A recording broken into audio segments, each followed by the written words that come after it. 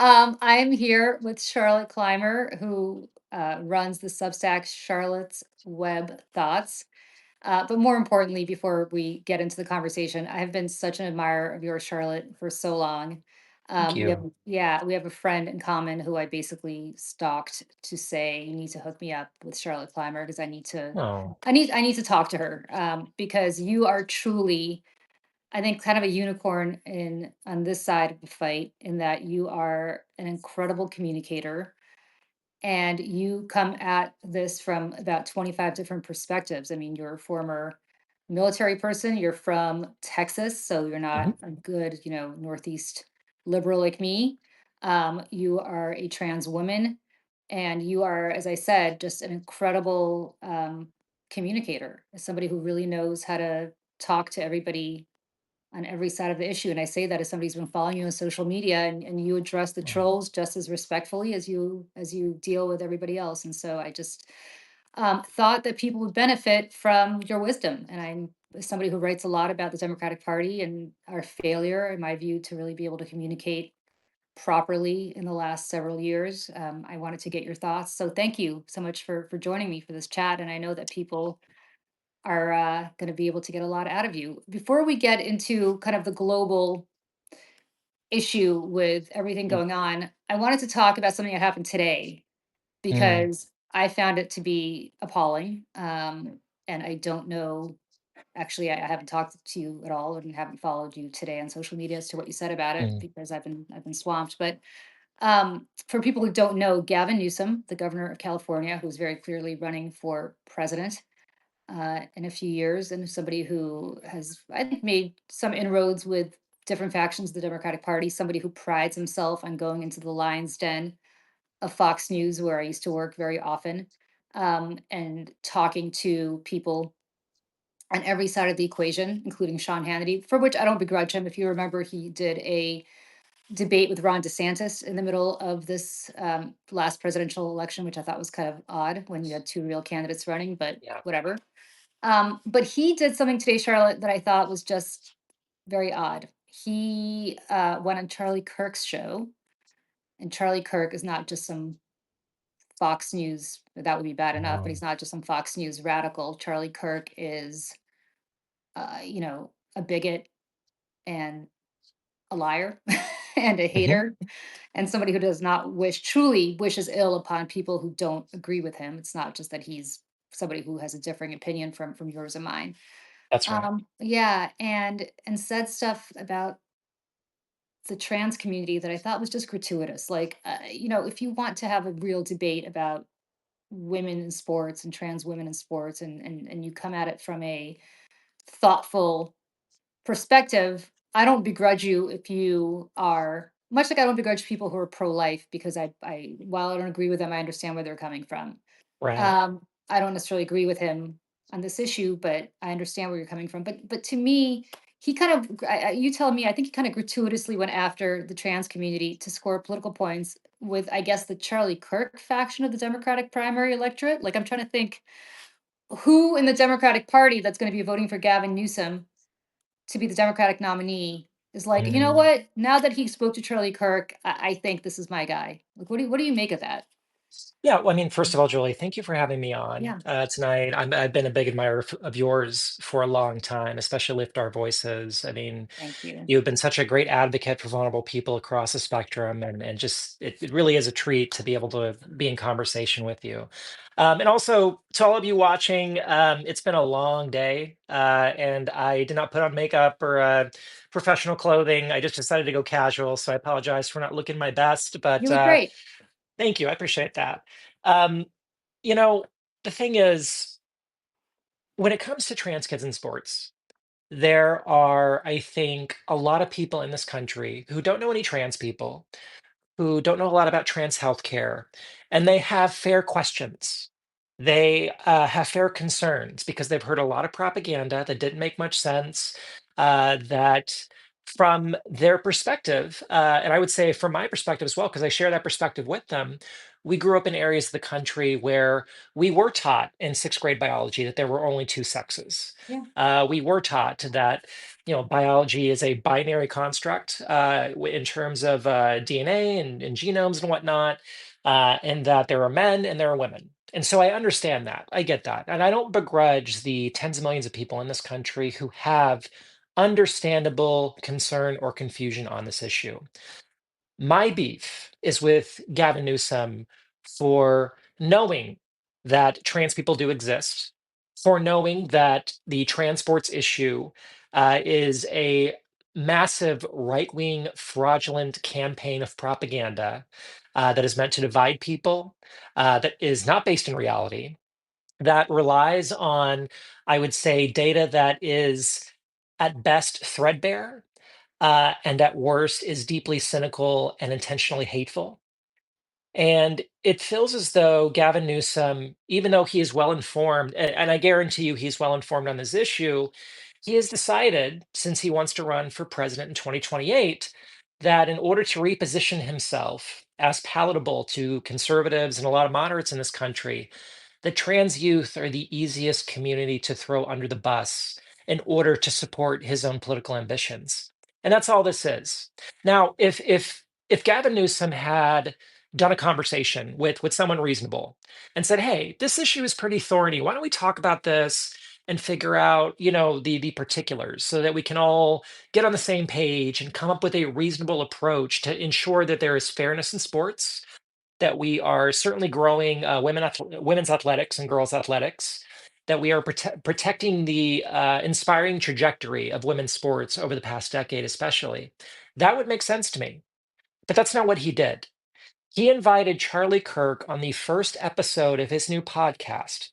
And Charlie Kirk is this extremist bigot. I mean, there are conservatives, and I'm friends with some conservatives who have a lot of questions on trans issues and sometimes disagree with me, and we disagree in good faith and respectfully with each other.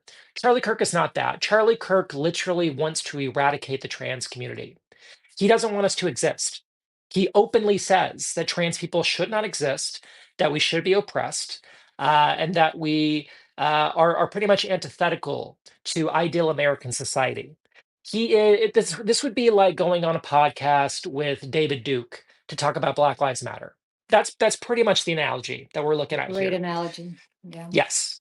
And what really bothers me here is that it is so abundantly clear that he is doing this out of political ambition. That's all this is. That's all this is. And now, look, I know that some of you who are watching this conversation with me and Julie are like, well, maybe there should be restrictions in, sports when it comes to trans athletes. And I completely agree with that. I think that if there are, if a young woman comes out as trans on Sunday, she should not necessarily be able to compete on specific sports teams the following Monday. That's not how it should work. There should be a common sense, rigorous process to ensure fairness. However, we've already had that in place. Back in 2011, the NCAA, in consultation with hundreds of doctors, sports scientists, general experts on this area, came up with a common sense policy to allow trans women to compete in college athletics. And it basically boiled down to this: trans women had to go undergo a year of hormone therapy. They had to establish that they were credibly living as a woman, etc. It all made sense. And because of that, because of hormone therapy, the advantages that someone who goes through male puberty may have gained are significantly, if not outright, diminished. And because of that, over 10 years, from 2011 to 2021, there were something like, I want to say, 600,000 young women awarded college athletic scholarships in the United States. Do you want to take a guess on how many of those 600,000 women were trans? Zero. Zero. Not a single trans woman has been awarded a college athletic scholarship at the NCAA in any NCAA sanctioned program in history. It hasn't happened. Out of the thousands of NCAA titles that have been contended, three young trans women have won an NCAA title. One of them at the Division I level with Leah Thomas, who was a swimmer, and two others at the Division II level in track and field. Now, with Leah Thomas, the thing that, and I know, I'm sorry I'm rambling, but I'm trying to No, properly no. This is. I contextualize want. I this. want people. This is such a good. educational tool for me, and also I hope for people who are watching, because I think it's important for people to understand this issue. It's a deeply, not just contentious issue, but it's a deeply complicated issue and a complex issue. So please, I think this is great. Keep going. It is, and, I think there are a lot of great Democrats out there who are honestly uneasy over this and really want some good clarification, and the thing with Leah Thomas is that at the same meet where she won her national title, she competed in 3 other events. She didn't even get, she didn't even place in the other events. She got beat pretty soundly by the other women. The other thing too is that there was something like, I want to say 14 or 15 NCAA records broken at that year's championships. Leah Thomas didn't break any records. She didn't even record among the fastest times in that event. This is all a giant red herring. It is a distraction. It is meant to keep people away from focusing on working class issues like, making sure that you can pay for childcare, making sure you can pay for health care, raising the minimum wage. The things that working class families in the Democratic Party should be focused on are instead being led astray by a Republican Party who is all too eager to give people a scapegoat and say, you know what, the reason that you're feeling uneasy right now is because of these folks, is because of trans people. And Gavin Newsom has cynically bought into that narrative. And it's so, so tragic because, this is a man who has a long history of LGBTQ support.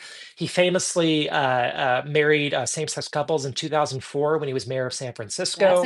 That's how he put himself on the map. The first time America heard about Gavin Newsom outside San Francisco was when he did something that nobody else had the courage to do, which is he performed same-sex marriages well before when most mainstream Democrats were talking about same-sex marriage as something they considered to be acceptable. 100%.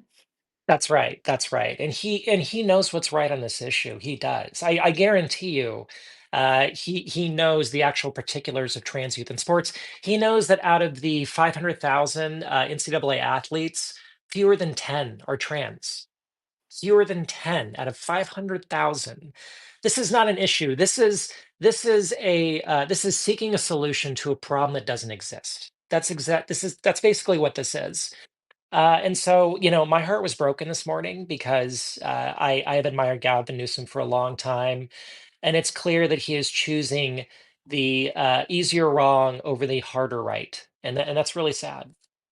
I'm reminded of when I've been I've been involved in politics for so long that I go back to, the 90s. But I remember in 2004, George Bush ran a very cynical reelection campaign that focused on gay marriage and marriage equality. And effectively, in places like Ohio, and in fact, people think he won Ohio by running this very cynical anti-marriage equality campaign. And you know, what's fascinating is how quickly that shifted.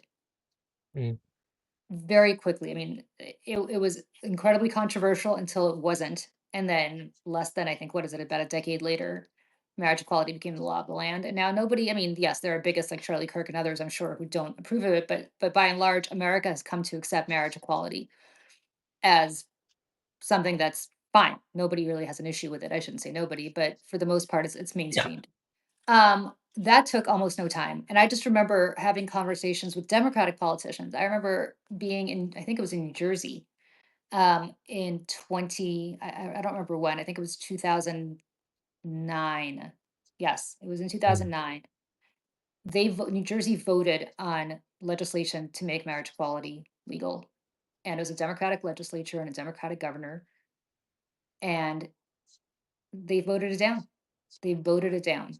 And the same politicians, Democratic politicians who voted it down, then 3 or 4 years later, hat in hand, went to not just the gay community, not just the LGBTQ community, but to people like me and to other advocates who were really pushing for it, who were not ourselves members of the LGBTQ community, but understood it as something that was a morally right thing to do, and said, "Oh my God, we really messed up. We're so sorry." Because times had changed by then, right? Because yeah. not because they really had the guts to do the right thing when it was difficult, but because now it had become acceptable. So they had to kind of make up for it. And I feel like that's what's going to happen to Gavin Newsom. But listen, who knows what's going to happen in the next few years if we have an election in Mm. 2028? I hope we do. Who No, knows where we're going to be on this issue? But this is, this is one of those things like everything else that's going to move towards a progression that's going to make Gavin Newsom deeply embarrassed and hmm apologizing for what he did today. And I just want to, I'm not even sure if you're aware of this, Charlotte, but I did a whole newsletter on this for people who read my newsletter. You might be familiar with this, but for everyone should, others, by the way. thank you. But for others who don't, yes, thank you. But for others who haven't, let me just put the context in which Gavin Newsom did this whole thing with Charlie Kirk. And again, I want to stress there are well-meaning people out there who are uneasy Yeah, about trans women playing in women's sports. It is I don't want to say that those are concerns that should not be discussed respectfully. absolutely. My problem is how it was discussed and the venue with whom it was discussed. But hmm this is being done at a time when the state of Texas, Charlotte, I don't know if you're familiar with this, the state of Texas, their crazy attorney general who has myriad other problems in addition to the fact that he's under indictment and almost he got impeached, almost got convicted by a Republican Oh Senate, yeah, and a real problem.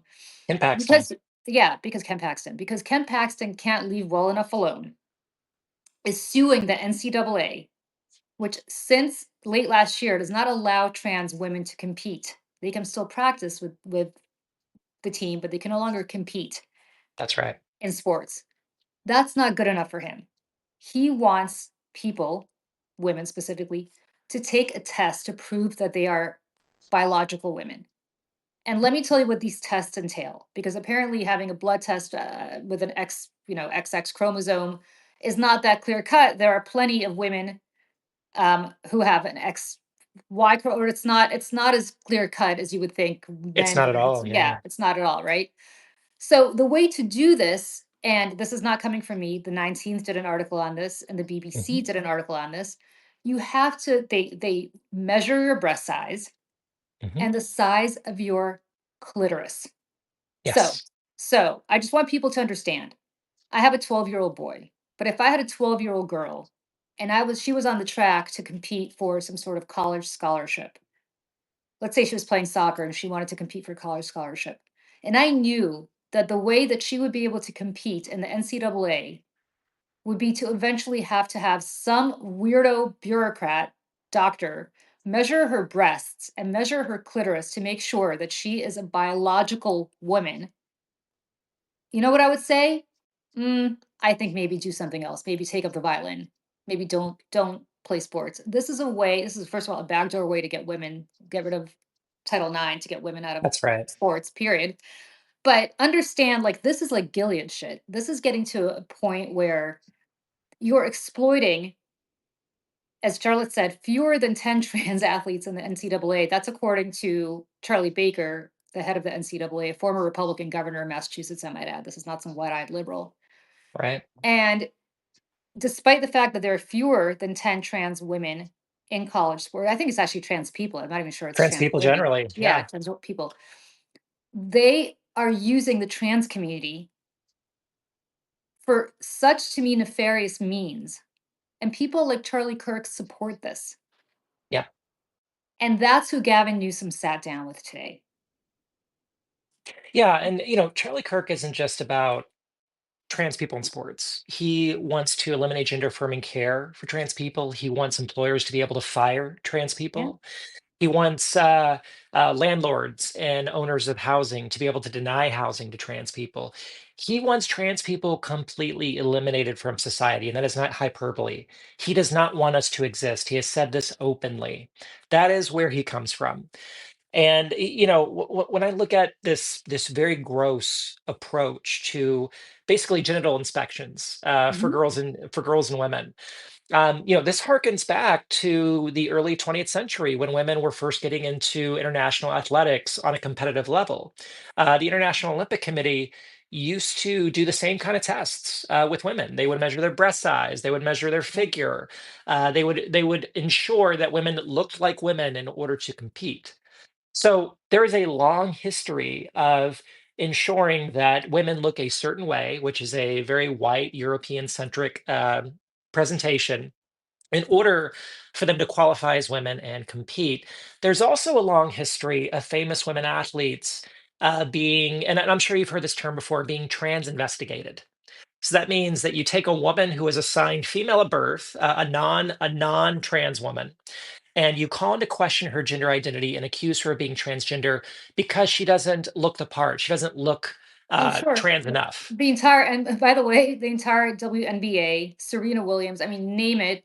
Anybody who's a tall, athletic, muscular woman clearly would not fit the role. And by the way, to me, who decides who gets tested, right? Who decides Yeah, like uh, what you said about what you said this whole nonsense about women not being, trans women not being able to use the ladies' room and all this other like I am positive that at some point in my life I have shared a ladies' room with a trans woman. And guess what?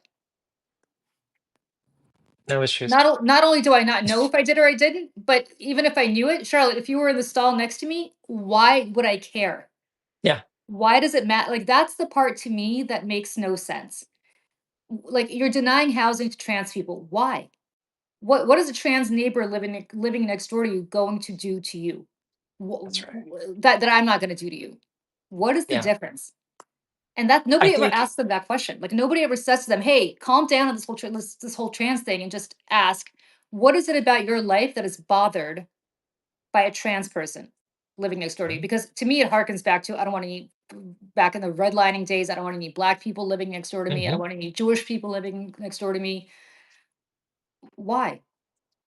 Yeah, yeah, and I think that there are some people in the Republican Party who just purely view this through a cynical lens. They see political No opportunism. question.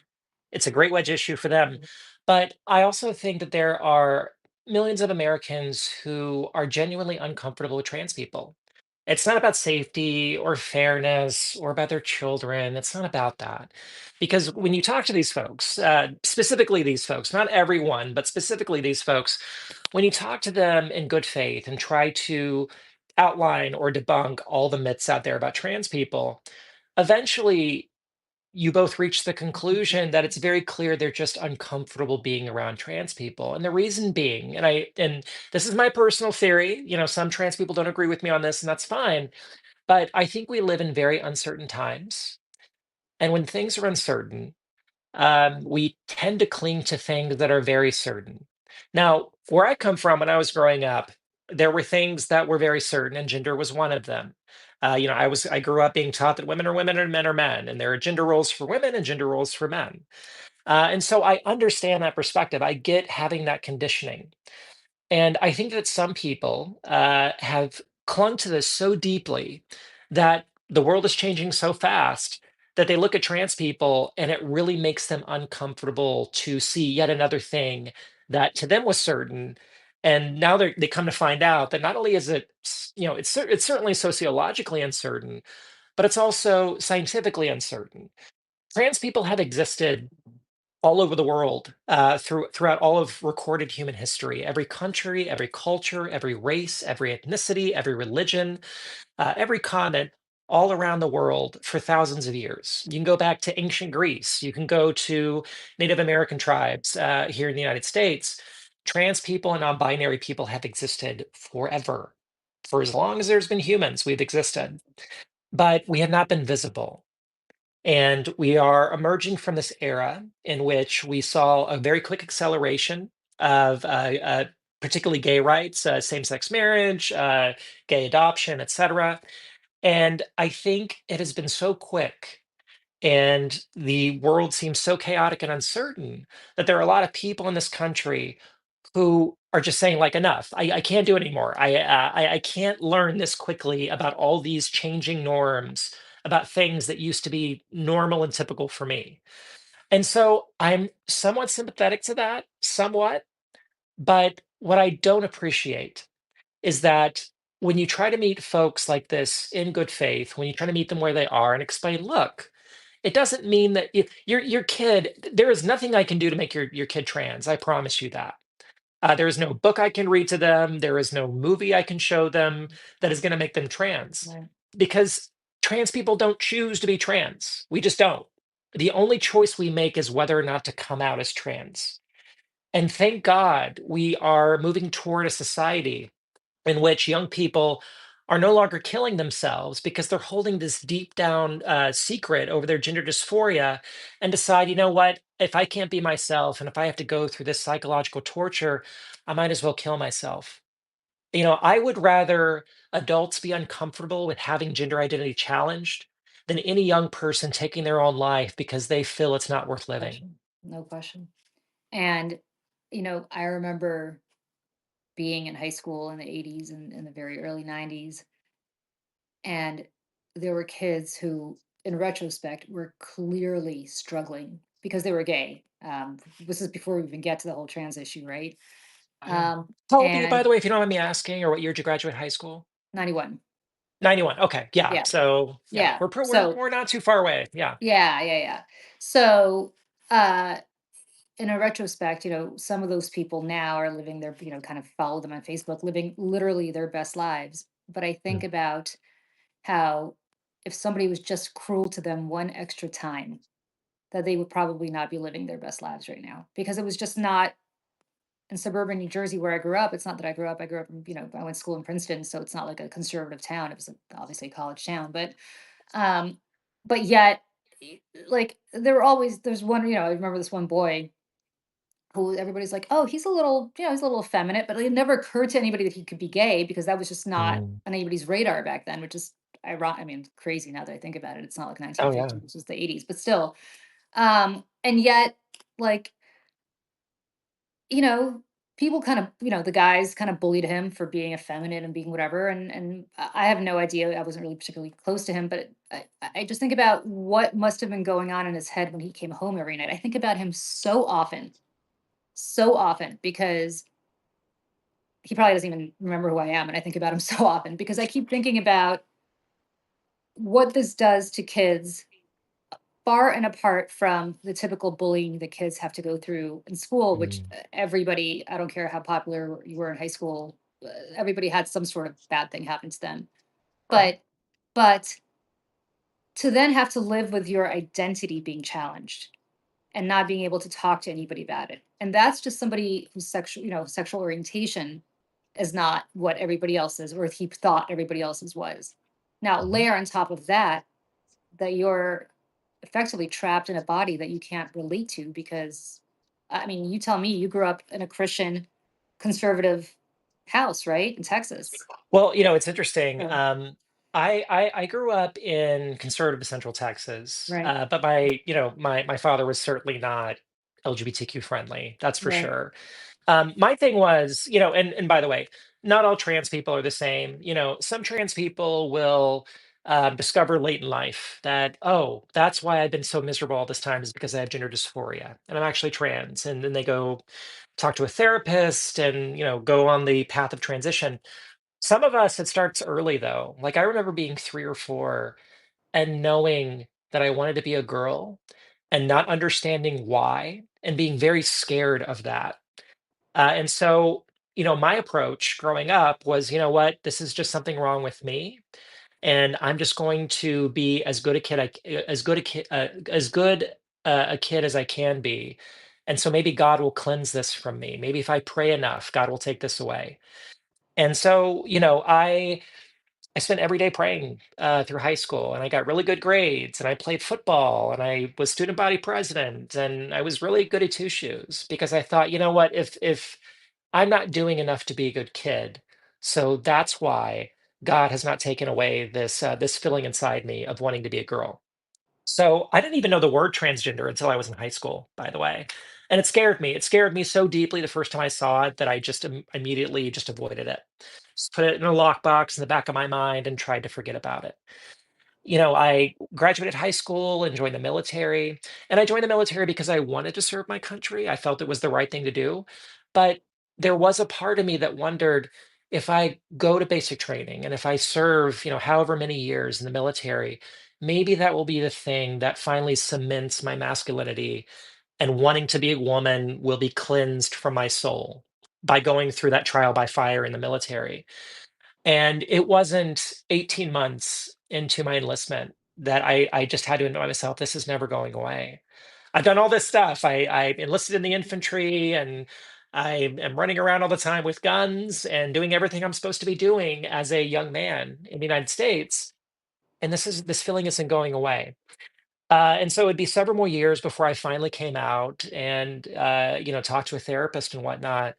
But my point is that there are so many people in this country who are in the closet, who are transgender, who are struggling, trying to figure out how to um, they don't even want to be trans. They just want to get rid of it. They want to like extract it from their soul and get rid of it. And there's no solution to it because they live in areas or communities or societies in which it is stigmatized and told it is a choice and told that something they must be doing wrong in order for them to be trans. And it just really breaks my heart. I did everything right. And it took me a long time to recognize that being trans was a gift from God, that I am made in God's image, that I am born as a trans person, perfectly made in God's image, that this is a blessing from God. And it really breaks my heart to see the way that people are so scared right now. Tens of millions of Americans are scared because of the economy or foreign policy or what have you. And they've decided that the one measure of control they've decided they can have is over whether or not trans people should exist. And that is not the America that I love, and it's not the America that I think it represents the best of us. Yeah, I feel like in times of adversity, I never will forget. I read this. This is kind of going down a rabbit hole, but it's relevant to what you just said. I read a biography of F. Scott Fitzgerald um, many, many, many years ago, and F. Scott Fitzgerald was from Minneapolis, and then went to school at Princeton at a time when Princeton was an incredibly waspy. He was Catholic, I should say. F. Scott Fitzgerald, very, very waspy, very, very patrician, probably the most conservative, probably still is the most conservative of the Ivy Leagues, but certainly very conservative at the time. And has eating clubs. It's a very kind of waspy, clubby. As somebody who grew up there, I can tell you kind of a waspy, and I'm not either waspy nor clubby, nor did I go to Princeton University, but I know the town very well. I'm a loss, Uh, but I'm just a Jewish girl from New Jersey, but yeah, he went to school there and was really bullied for being Catholic and being from the Midwest, and he wasn't like everybody else who was, kind of this Northeast Brahmin guy. mm, And so what did F. Scott Fitzgerald do? He found the one or two or three Jewish kids at Princeton and really beat down on them, right?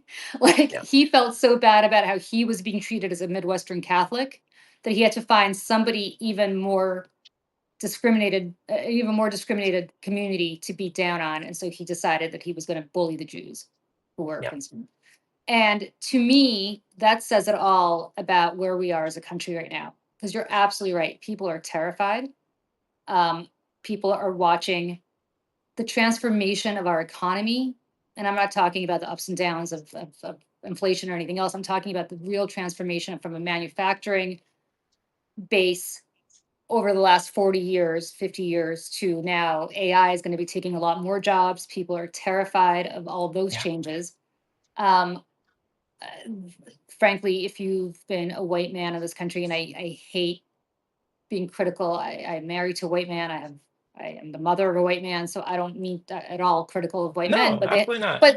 they have had it pretty good for the last 400 years in this country, and Yeah, suddenly they see women over the last couple of generations not just doing equally well, but now having higher levels of college graduation and so on, and constantly hearing that um, nobody's pitying they don't like that nobody's pitying the white man, that everybody's kind of emphasizing, as they call, DEI for women, or DEI for um people of color, or DEI for the LGBTQ community, and so they're starting to mm, feel like nobody's paying attention to them. So what do you do? Let us find the most vulnerable group, because it's not acceptable publicly to be awful to women anymore, although of course it's becoming more and more acceptable, but sure. it's not as acceptable to discriminate against women. It is not acceptable to discriminate against people of color. It is not acceptable to really discriminate against gay and lesbian men and women anymore. But let's find that one group that it's still completely acceptable to discriminate against, vocally Hmm. and publicly, and that'll make us feel better about our own lot in life. And I go back to what I said to you before. What person on earth who is trans has ever bothered you? What is it about you, Charlotte Clymer, or any person who is trans that affects the life of these people who hate the trans community? What, first of all, have you ever met one? And second, if you have, what has that person done to you that has adversely impacted your life? Because if they've done something to you that's adversely impacted your life, they've probably done it not in their trans capacity, but in their capacity of being a jerk, right? That's right. And so that could be me, that could be anybody, not because Hmm. somebody's trans, but because somebody's an asshole.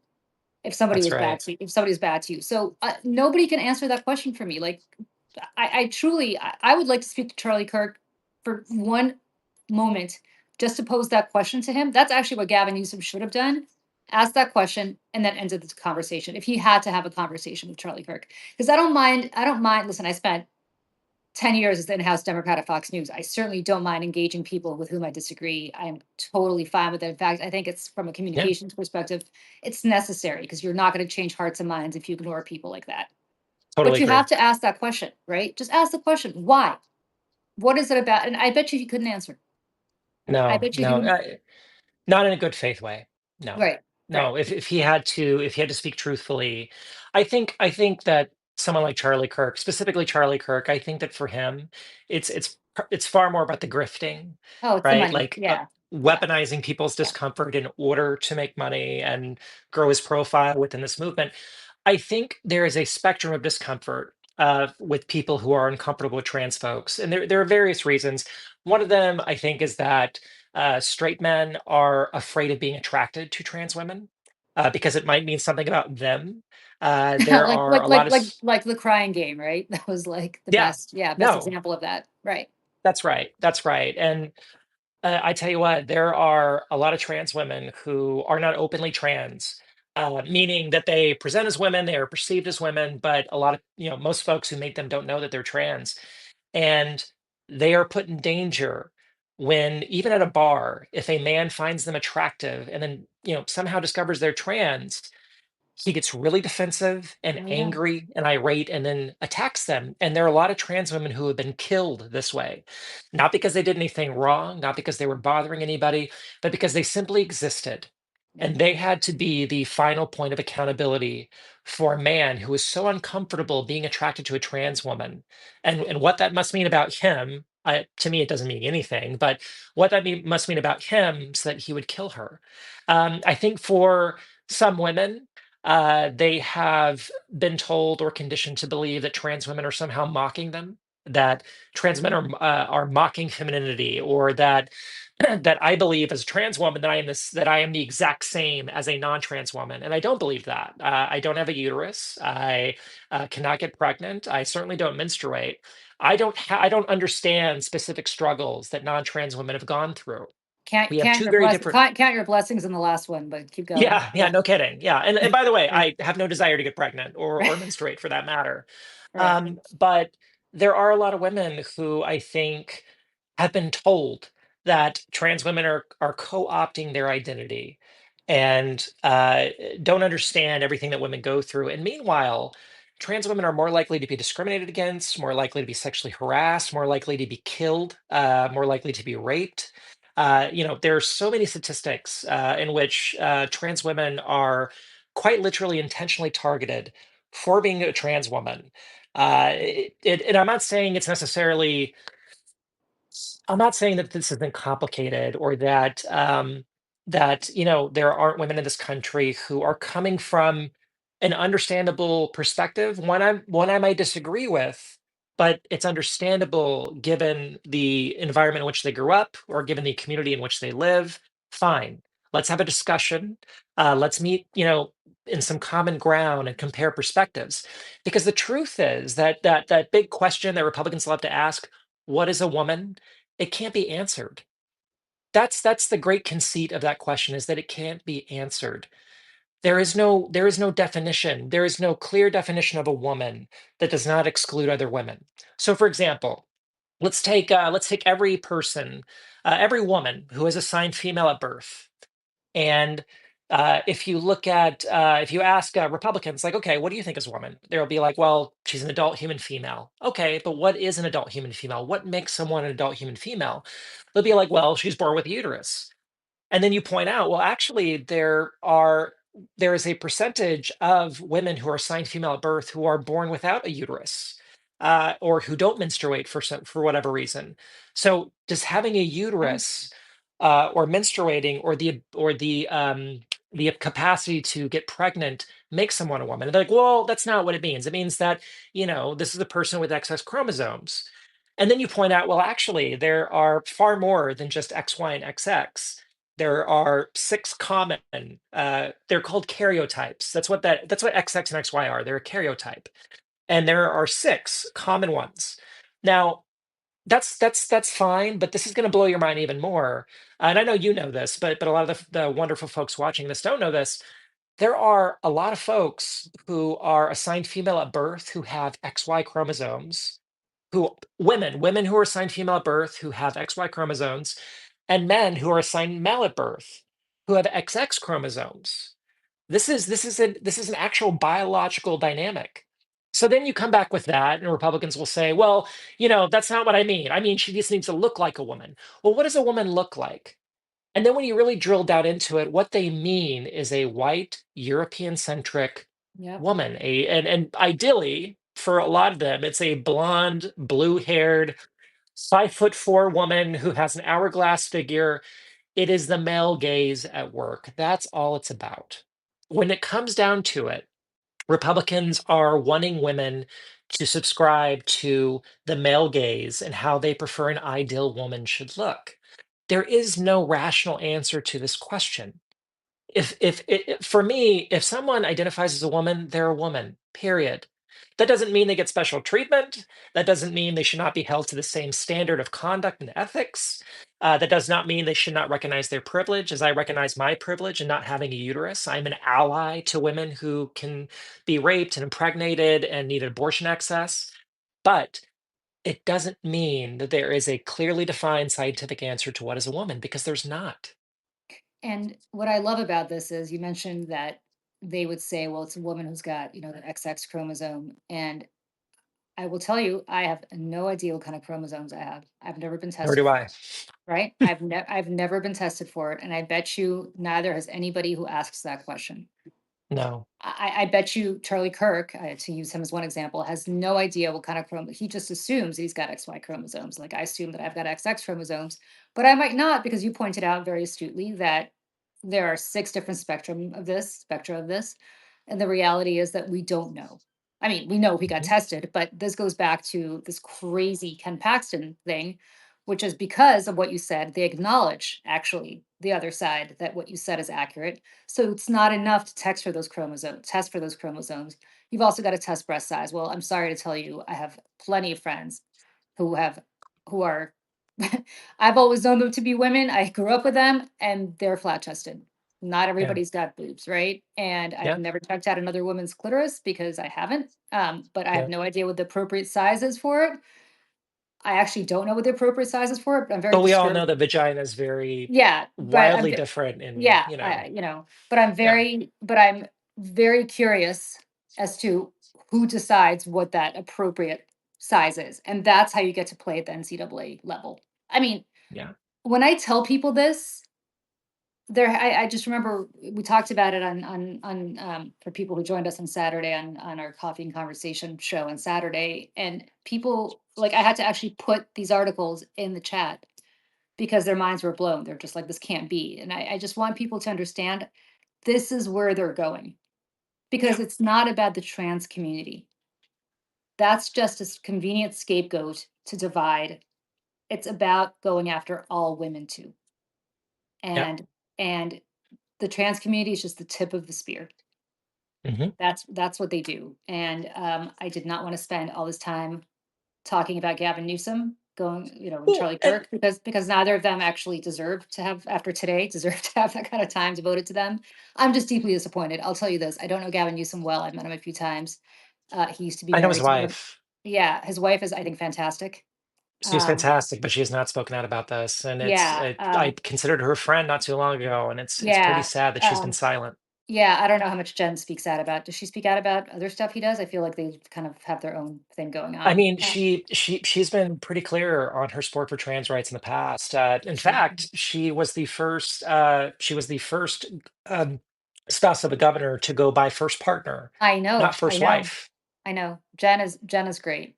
Yeah, Uh, she's great, but she hasn't spoken out today, and it's really yeah. tragic.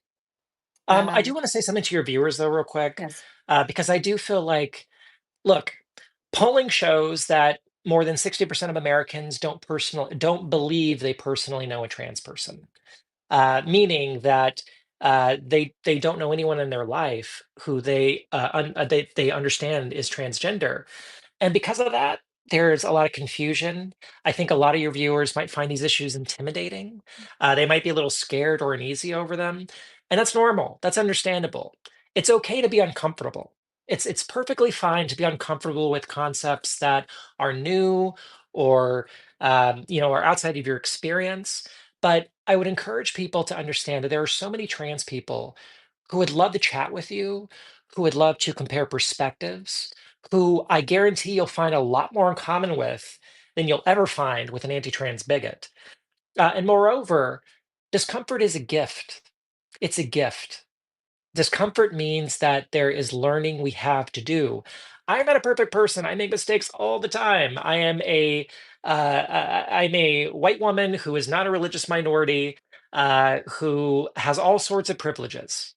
If it comes to issues of white supremacy and the horrible oppression that people of color face in this country, if it comes to anti-Semitism and the ongoing anti-Jewish attitudes that occur in this country that go unaccountable, whether it's women who need abortion access, there are so many experiences that I don't know, and I do make mistakes.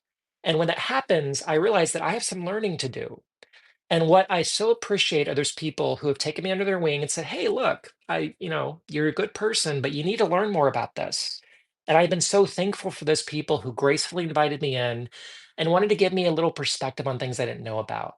And so if you're watching this and you don't know anything about trans issues and you're scared of them or you're intimidated by them, don't be. We want you in this conversation. We want you to come into the fold. We want to get rid of the fear.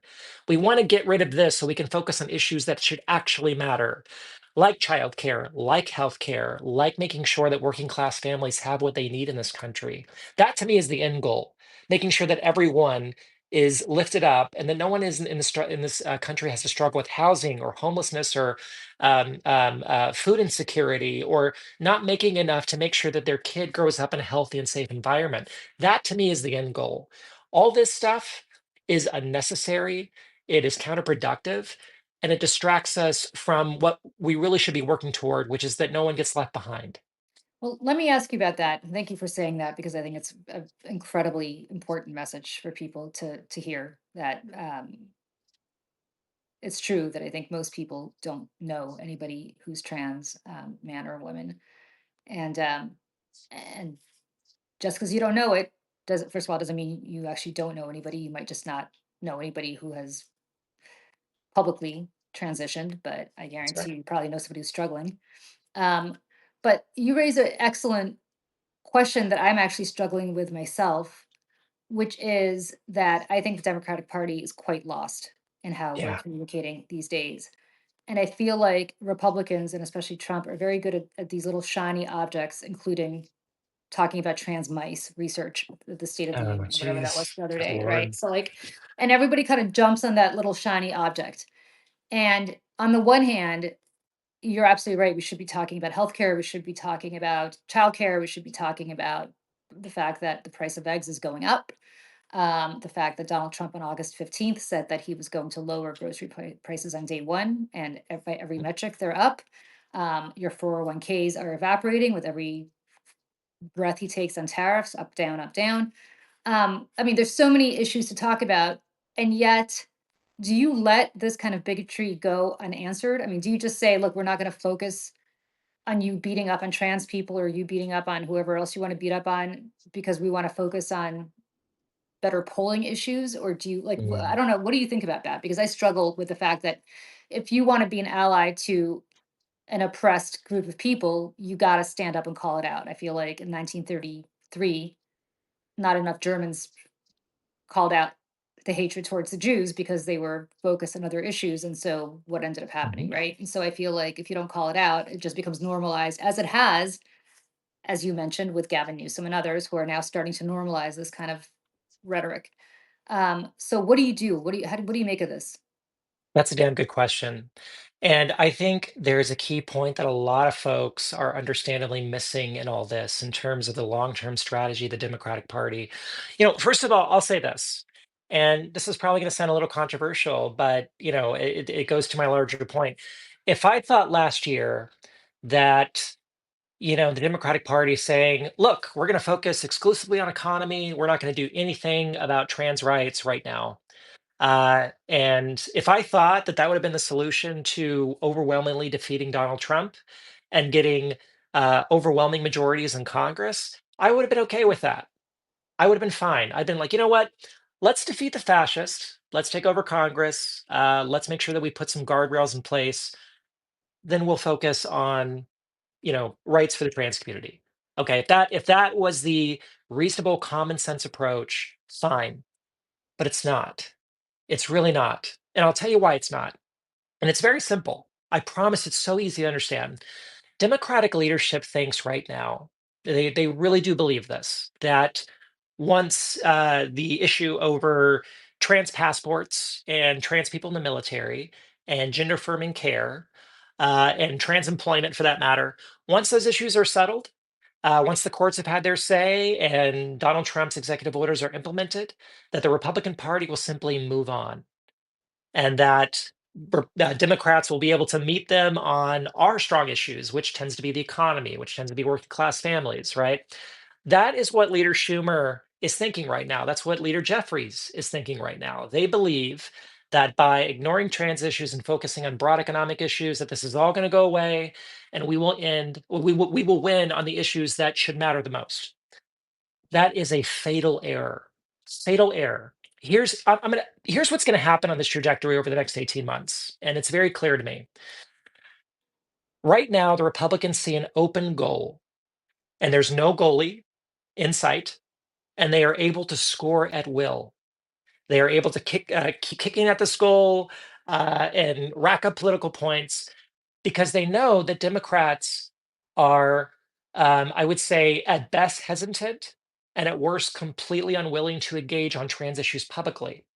And because of that, there is a vacuum of information and a vacuum of leadership that the GOP is all too happy to fill and to push propaganda and to keep hammering this drumbeat about trans people being a threat to society.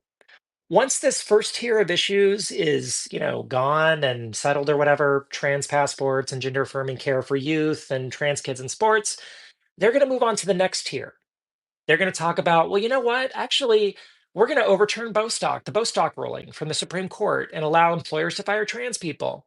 We're going to ensure that, in some states, there's going to be efforts to make being trans a sexual felony.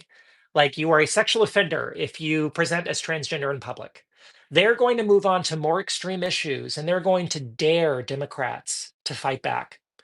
And if Democrats don't say anything, if they allow this a vacuum of information to go uncontested, we're going to get to late October 2026, just before the election.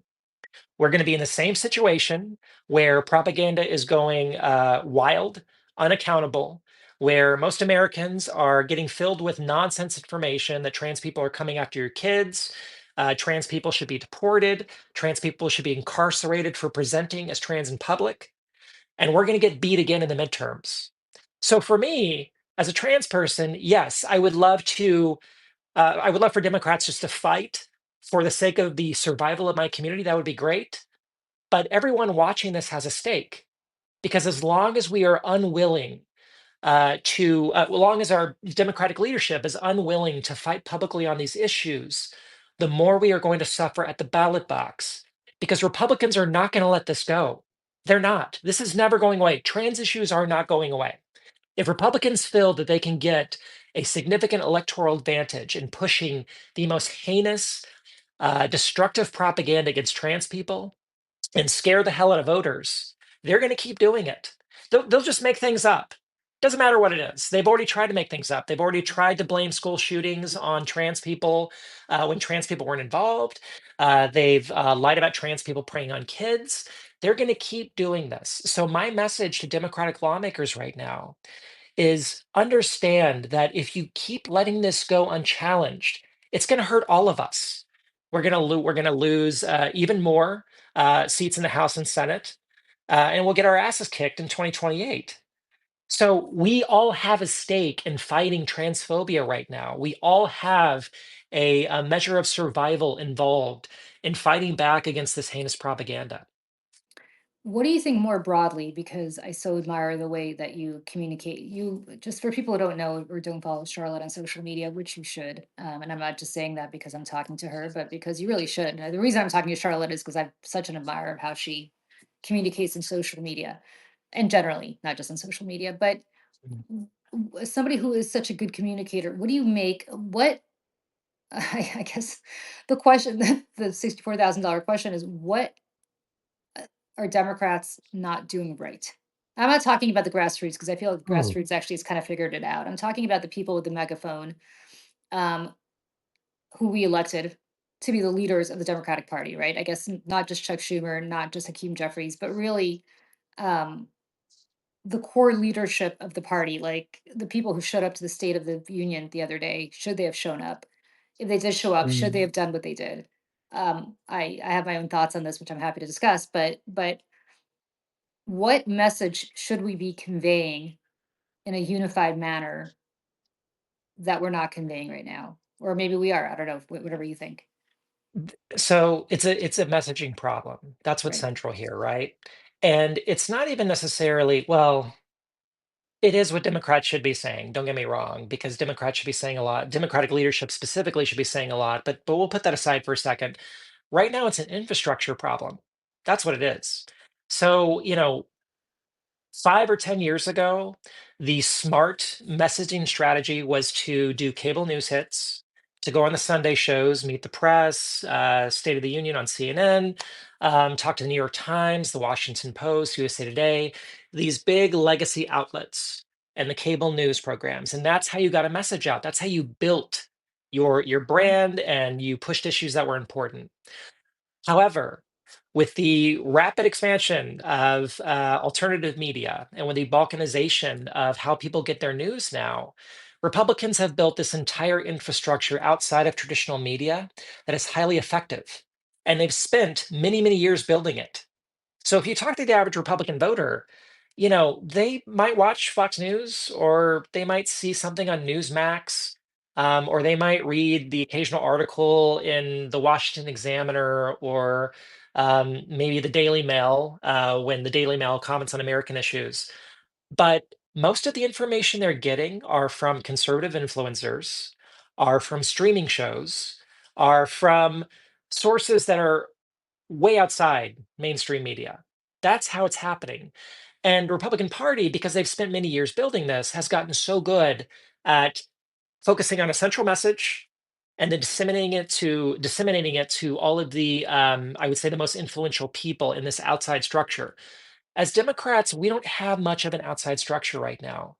And I think that most Democratic lawmakers, bless their hearts, are still focused on the idea that in order to talk to the American people, you have to go and meet the press, and you have to do the cable news hit on MSNBC, and you have to do the op-ed in the New York Times or talk to a political reporter at the Times, right? That for them has always been the bread and butter, and that has put us at an enormous disadvantage. Look, Rachel Maddow on a really good night will get 6 million viewers. That's about 2% of the American public. I don't know that Rachel Uh, Maddow has ever gotten 6 million viewers unless it's the State of the Union, or I mean, Oh, yeah, the yeah, average, sorry, yeah, the average, on a yeah, really the good night. average, like Sean Hannity or the Five, which is the number one show at Fox, they get like 3 to 4 million a night. So, Right. but to your point, it's not a lot in the large No, scheme it's of things. not. Yeah, Not in a country of 330 million yeah, people. It's not. And daytime cable news is even worse. I mean, I'd say maybe a million five when you're having an average day. yeah, There less. Yeah. are 28-year-old conservative influencers who can pull way more than that with a really spicy guest talking about a really controversial issue. And so there's this whole asymmetrical thing going on. Now, I do have some good news. I think that there are people in the Democratic Party who understand this as an issue and who are working rapidly to build that infrastructure. So, Lauren Underwood, Congresswoman Lauren Underwood, and the DPCC, which I forget what that stands for, forgive me, but before the joint address to Congress on Tuesday, they invited about I want to say 40 Democratic or progressive influencers to come to the Capitol, interview members of Congress, and get the message out. And this is exactly what we should be doing. I was one of them. Exactly. I talked to several Great. members of Congress on Tuesday. And, that's what we should be doing. We need to build our infrastructure outside of traditional media. I'm not saying don't go on MSNBC or don't go on Meet the Press, but I got to tell you, where I'm from in Texas, not even the average person, but no one watches Meet the Press. No one gives a damn what this person said in some kind of quip or some kind of gaffe when they're talking to the anchor of Meet the Press. What they care about is what they see on Facebook, or an article from the Daily Wire that their conservative in-law Yeah. shares on social media. That's what they care about. Yeah. That's what they see day to day the most of all. So Democrats have to lean into alternative media. It's fine to participate in mainstream media, get your cable news hit. I'm not saying don't, but the bulk of our energy right now should be investing in platforms and infrastructures that can reach the American people directly outside of the mainstream. That's so true because I will just say somebody who spent the last 20 years, if not more, in cable news. I don't know if people realize this. The average age, I shouldn't say the average, the median age of CNN, MSNBC, and Fox News viewer is, I forgot which was which, but it's between those three, 69 to 71. Yep, And that's not to say that the median age. That's not to say that that's not an important demographic. It's a very important demographic. absolutely. But it's to say that you're leaving a huge swath of people behind. I know when I'm doing CNN or MSNBC, I no longer am a Fox for reasons we can talk about another day. But I know that my audience is older, skews whiter, and skews wealthier. And so, you kind of know who the audience is. And you also, Yep. by the way, have about 2 seconds to get your point across before the next commercial break. So you really better be a good speaker and know how to do it in a very soundbite way. It doesn't lend Hmm. itself to real discussions any more That's than right. Twitter or Blue Sky do, right? What That's right. lends itself to discussions. I'm so glad Substack exists. I'm so glad that YouTube exists where people can have these kinds of conversations because I think you just did an educate master class on issues that people would never be able to do by virtue of the fact on cable news, by virtue of the fact that there's a commercial break they have to go to 3 minutes after you start speaking. And then you have to give Hmm. the other side equal time most of the time, right? That's right. So, um, so, but you're absolutely right because somebody who worked on the Hill a very long time ago, the big goal was to get your boss and meet the press. I mean, Yeah, that was like the goal. it was fun. If I were a Hill staffer right now, fine, you're gonna meet the press, fantastic. Okay, great. Yeah. Like to me, going on a really popular Substack live with somebody huge, or going on somebody's YouTube show who's got a huge growth, actually brings you into more contact with a more diverse group of people Hmm. than any meet the press hit would make. And unfortunately, I think I spoke to a member of Congress who's pretty high up there. He's been around a long time. Um, a week ago, and I said to him, "What the hell? Like, what is going on? What are you guys doing?" And he said, he's very honest. He said, "The leadership doesn't know what to do, so they're doing nothing at all." Yeah. And I thought that was the most pathetic answer because they've had a while to figure it out, like a Yeah. long time to figure it out. Donald Trump got elected on November 5th. We're about to enter the 6 month. I mean, what is that? 4 months, 5 months? Like, it's time Mm. to figure it out. I was talking And to a member of Congress, I think it was a month ago, on the phone, and I asked them, like, listen, off the record, uh, was there anything done between election day and inauguration? Was there any planning put in place? Were there any study groups? Were there any coffee meetings of Democrats getting together and being like, look, we know what's coming. Let's start getting our messaging prepared. And their exact response to me was, if there was, I wasn't told about it. That's it. Democratic leadership in Congress did absolutely nothing between election day and inauguration day. So Nothing, here's not a damn so thing. so here's what's going to happen because nothing in the world is new. Um,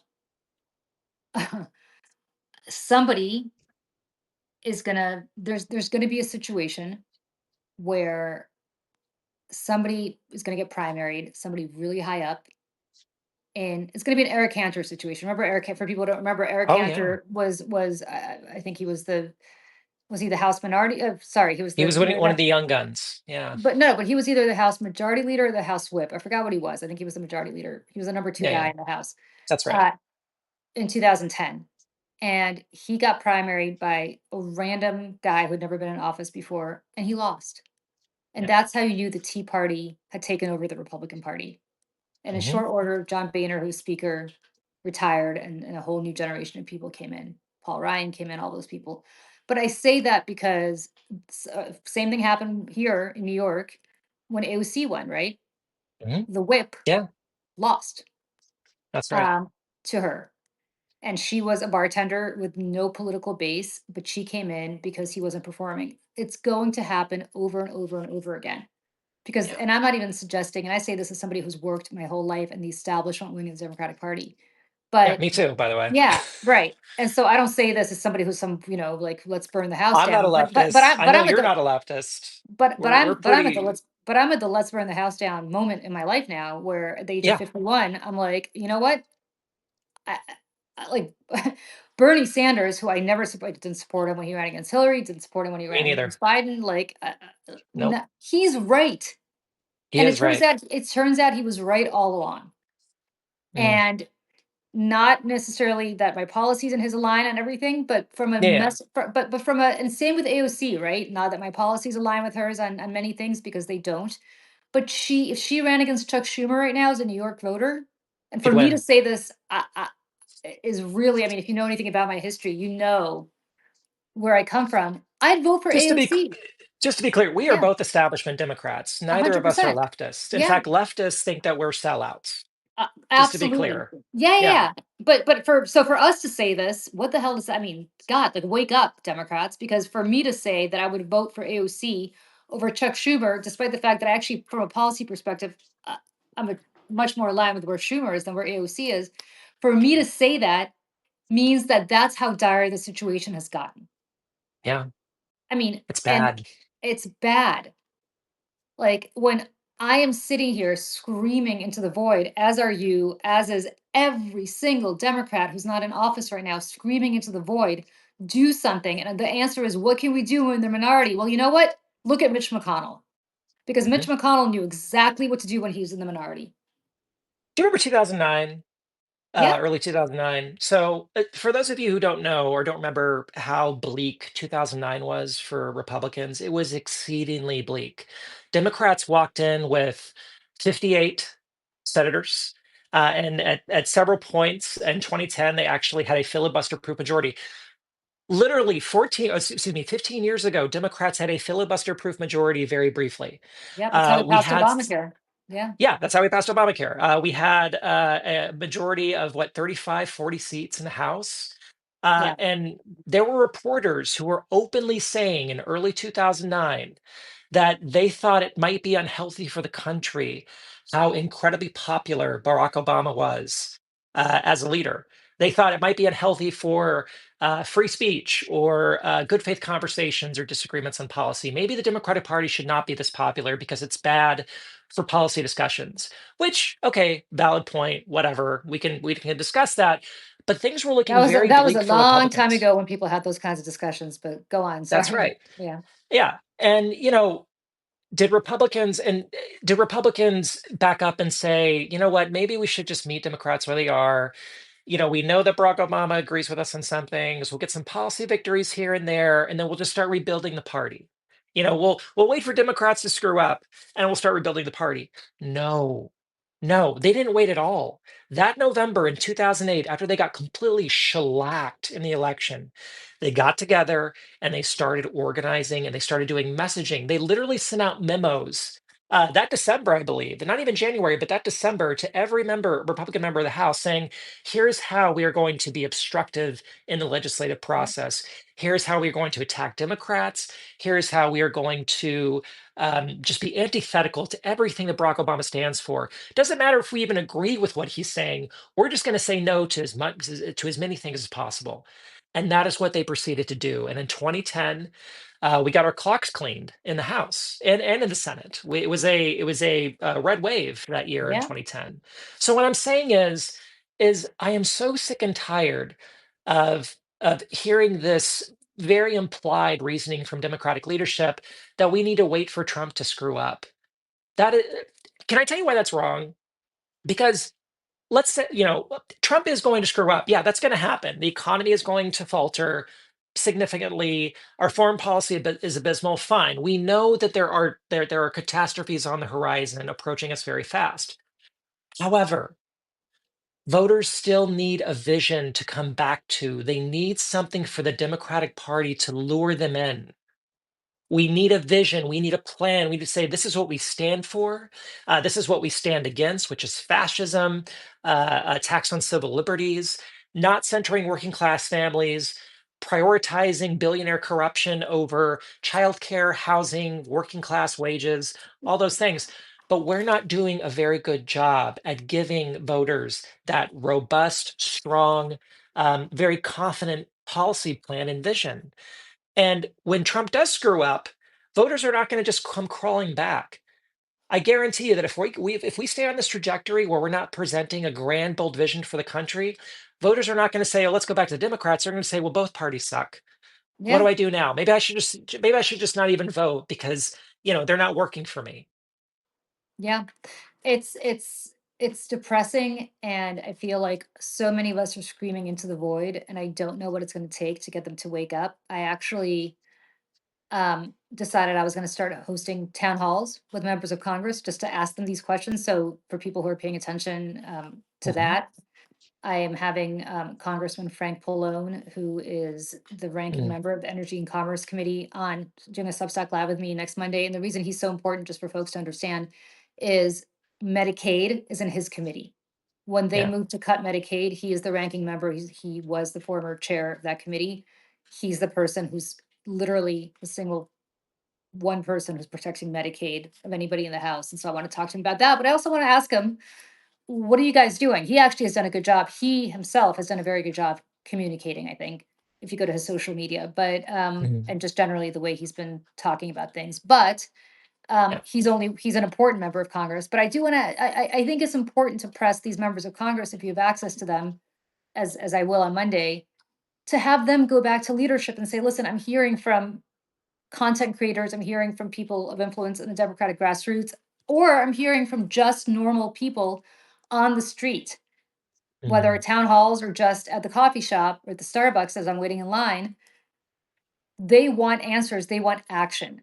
And That's right. nobody wants to hear anymore that you can't do anything because, again, I go back to Mitch McConnell, the single best leader of my lifetime. And it kills me to say that. Mitch Yeah, McConnell got a Supreme Court justice when Barack Obama was president. I mean, what, like, how yeah, does that work? it's Except that crazy. he knew how to gum up the works, and they never paid a penalty for it. They shut down No, the you know how many times Democrats have never shut down the government? Republicans never. have shut down the government I don't remember how many times, but It's multiple like times. 6 or 7 times. Yeah, Yeah, multiple times, and yeah, yet, despite the fact that they shut down the government, Democrats are sitting around and never paid a price for it. Won every time after they did, every time. And the answer is from Democrats, well, we can't shut down the government. We'll get blamed for it. Are you effing kidding me? When were Republicans ever blamed for shutting down the government? They were rewarded. They were rewarded because every time. at least they have a vertebrae, right? They have vertebrae. They have something. They have testicular fortitude, for lack of a completely horrible misogynistic, term. but they have the guts to do this. Mhm. And Democrats just look like a bunch of it's so I don't know, Charlie, Pushovers. because yeah, because you talk to them, you live down there, and what did they say when you interviewed them? Did they have any insight into this, or what Well, did they say? To be clear, I think that most Democratic members are really doing their best within certain constraints. They are, I think there are a lot of Democratic members who are being vocal on things like immigration and trans rights and abortion, and talking about working class families and attacking, Musk. And it's not about spectrum, by the way. It's not about leftist or centrist or whatever. There are Democrats across the ideological spectrum who are doing good work right now. And I want to be very clear about that. But when I sit down and talk with some of these members of Congress, I just get the feeling that they are being held hostage to this strategy of waiting for Trump to catastrophically mess up. That's what's going on right now. Leader Schumer and Leader Jeffries are waiting for Trump to just catastrophically mess up. That's what it's about. And it's tragic because we cannot wait for that. We we can't wait for that. Moderate voters don't even agree with Republicans on most things. But the reason that they are attracted to Republicans is because when they look at many Democratic candidates, they look at the way that Democratic candidates have avoided immigration and avoided LGBTQ rights and in many ways historically avoided abortion access, right? Or shied away from attacking billionaire corruption, or not talking about the importance of housing, things that are common sense to a lot of Americans. Seriously, and what they see, what moderate voters see, is, well, listen, I look at a Democratic politician, they're not even willing to fight for the people that they supposedly care about. Why would they fight for me? What a That's great what it point. comes down to. What a great point. Absolutely right. And also, I feel like Democrats are so afraid of. There's my dog. Sorry about that. Democrats are so afraid of offending somebody that they do nothing. Right? They're so They wound up terrified of offending offending. everybody. Yeah, they end up offending everybody. And I think back to the college protest on the Palestinian Israeli Palestinian conflict last year, and you had even the White House. Right? On the one hand, they kind of were like hiding, as opposed to coming out on one side or the other and saying either Mhm, we're going to side with this side or we're going to side with that side. I get that it's complicated, but you got to take a position. But they were so afraid of alienating Muslim voters in Michigan and Jewish voters elsewhere that they didn't do anything at all. And what ended up happening? Donald Trump ended up winning Dearborn, mhm, Michigan, and a record number of people in the Jewish community ended up either voting for Trump or not voting, certainly not voting mhm. for Harris, because both sides, you're like a grape, you're going to get squished if you're in the middle of the road. So, and this happens over and over and over again, where they're just constantly afraid of taking a position on anything for lack of offending, so that they do, is what you said, which is that they're afraid of doing that, and so therefore they end up offending everybody.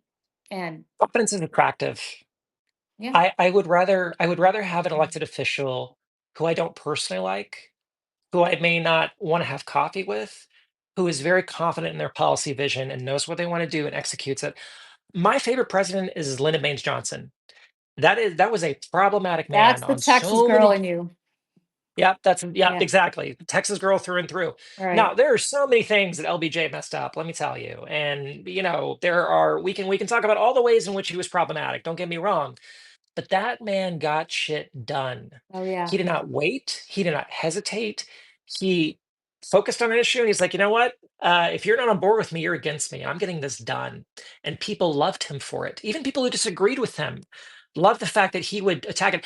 I think Nancy Pelosi shares a lot of that, shares a lot of similarities in that way. Yeah. I adore Nancy Pelosi. I understand a lot of people don't, whatever, but she is not the kind of person who shies away from a fight. When she was speaker, she would show up and say, "No, this is what we believe in, and you are wrong, and you are not looking out for working class families. I'm going to say that to your face, and then I'm going to go on cable news, and I'm going to say to the American people that you're trying to screw them over." People want to see that strength. They want to see fighters. They do. Now, unity is great. We should invite people in. We should have good conversations with people who disagree. But over all of that, voters want to see lawmakers and politicians who are going to fight for them and who are going to show up ready to battle against people who are engaging in bad 100%. faith. 100%. And I think that's, you nailed it, because I think what's happening right now is that there's no fight, and people are not, they're not seeing any kind of fight. And you don't need to worry about policy. I mean, Donald Trump is giving Democrats a gift every single day. And rather Hmm. than chasing these disparate issues, right, whether it's Medicare, Medicaid, Social Security, abortion, trans issues, I mean, you could chase 20 different things a day, Ukraine, right? Hmm. Where's the overarching message? Yeah. Which these are all proof points of, right? But the one overarching message, I don't know what it is. Donald Trump is for they, them, being Elon Musk and the other oligarchs. Democrats are for you. Turn it around on them. Yeah, I just came up with that right now, but I don't know what that overarching mess. And then use Yeah. different metrics Throw to prove spaghetti at that, the right? wall. See what sticks. See what Yeah. sticks. Oh, I just Do almost said words, something. but yeah. You And know what I would have so done over the past 2 weeks with these Republican town halls, where Republican lawmakers were doing town halls and were getting shouted down by Republican voters who were upset over yeah, Doja or the VA being gutted or Social Security being attacked.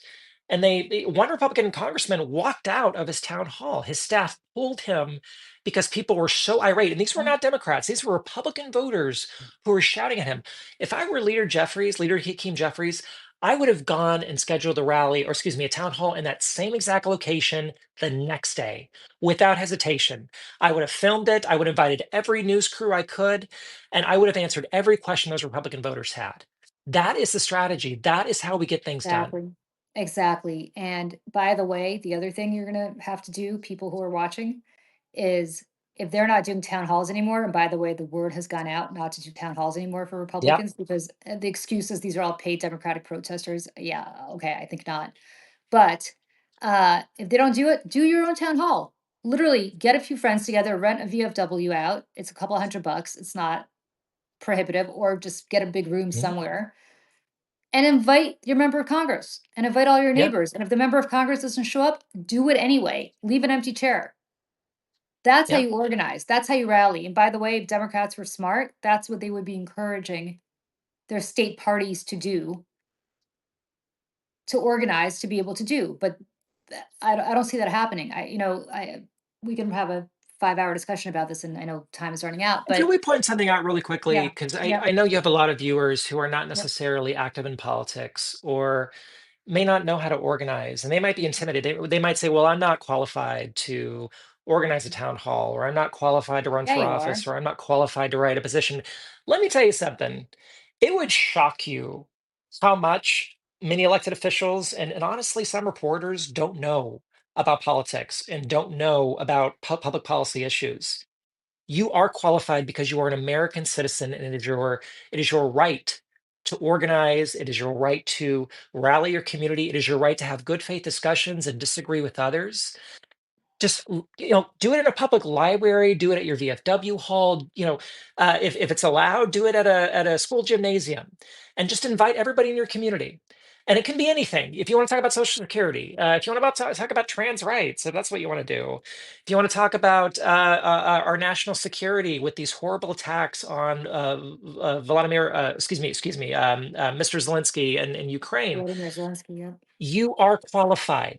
Get involved. Don't let anybody, cable news networks or the New York Times or any elected official tell you the absolute lie from hell that you are not qualified to get involved politically. Guys, I'm telling you right now, I have spent 30 years working in politics, and I spent 20 years on TV. And I can promise you that 90% of the people that I worked with in both politics and TV are only there because they happen to be there, not because they have some massive qualification that makes them any more qualified than anybody walking down the street today. I mean, I really mean that.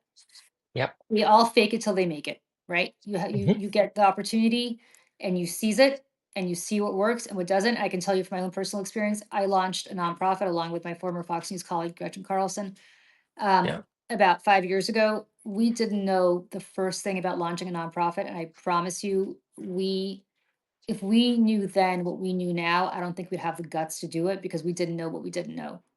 And Yep. and we did it, and it Yep. worked out, and we passed 2 big federal laws, and we're passing laws in state. So I say that because my whole life in Charlotte, I bet yours too, and I bet you everybody watching, your whole life, you just do it. Like this, like the Nike ad. You just do it. Just do Yep. it. The same way people, I can't run from here to like my bathroom right now. I'm so out of shape. But the way people who are actual runners start to become runners, they just put one foot in front of the other, and they become runners. They just and then they run a marathon eventually. That's true. And That's true. so, it's the same with Charlotte. What you're saying is so true because people just do it. Like look at your Nikes, look at the ad, and just take it to heart because I really think that that is kind of the mantra we all have to have. Because guess what? It's all up to us. They're not coming to save us. These guys in No, Washington. Obviously, it's been 6 months and they're still in a fetal position, worrying about offending somebody or other. So they're not doing anything about anything. They're just missing in action. I wish they that's were right. actually. I wish they were actually doing something poorly than what they're doing, which is nothing at all. Yep. Um, I want to be. I just want to acknowledge that we've been here for an hour and a half, and I cannot believe it's been that long. I am so grateful to you. Thank you, thank Oh, you, thank thank you, you. thank you to everybody who joined tonight, who had many other things they could be doing, but took the time to be with us tonight. Charlotte, I hope you come back. I hope this is the first of many because I think this is just so. What you said tonight was so inspiring and also so educational, and I truly hope people take any part of this conversation to heart, but especially the part about marginalized people everywhere because it's not just about one group or another. They're not going to stop until they shut us all down. Yes, ma'am. And, I just want to point out that I have, again, I have admired you for so long and all your great advocacy. And I'm glad that you and Jessica Tarlov and Pete Buttigieg are going on Fox News Well, to not any. talk I to can't. people I about. can't go on Fox anymore. I Oh, that's right. I, Sorry, I but am precluded from going on Fox because I but sued I'm them. But yeah, glad. But I'm glad you but did. Right. yeah. You know. And Jesse Tarlov, who's a good friend, is doing a great job on the Five. Anybody who watches Fox, I know that most people probably don't watch Fox around here, but there are good people Yeah. over there who are carrying the banner incredibly well, and Yes, they are. she is chief among them. Can we end on a So positive note? yes, This pendulum is going to swing back the other way, y'all. I promise you it oh will. yes. I promise. I'm not saying it's not going to be painful until then. It's going to be painful.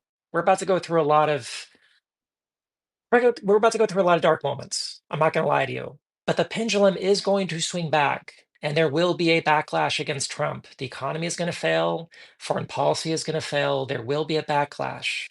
So don't give up. Don't despair. Don't think that this is the end. This is not the end. It's very tedious and depressing and annoying, but it's not the end. We're gonna have that swing back coming, and we have to be ready. That's why we need our democratic leaders to have a plan in place for when that pendulum comes swinging back the other way. And I wanted to say my favorite expression because I truly believe it with every fiber of my being. It's ascribed to Martin Luther King. He's not the one who said it, but everybody thinks it's his quote. The arc of the Yeah, moral yeah. universe is long, but it bends towards justice. I truly believe that. The arc of the moral universe is often very long, and it's certainly been long the last 10 years, but it will eventually bend towards justice. I don't know what it's going to take to excise this cancer from our body politic because that's what I feel it is, but it will. It will be But we have excised. to be together. That We is the have to one be thing that's together. essential. We have to be together. So Yes, and just because we criticize our Democratic leaders, it's not because we don't it's like because we them. It's love because them. we want them to do a good job. And right now, I That's don't right. feel there. Charlotte, thank you, everybody who watched. Hundreds and hundreds of you. Thank you for tuning in. And Charlotte, I'm gonna drag you back here at some point, one way or the other, whether you like it or not. So there you Yes, go. ma'am. All right. Thank you, Thanks, Julie, so everybody. much. You have a good night. You too. Have a great night, everybody. Bye.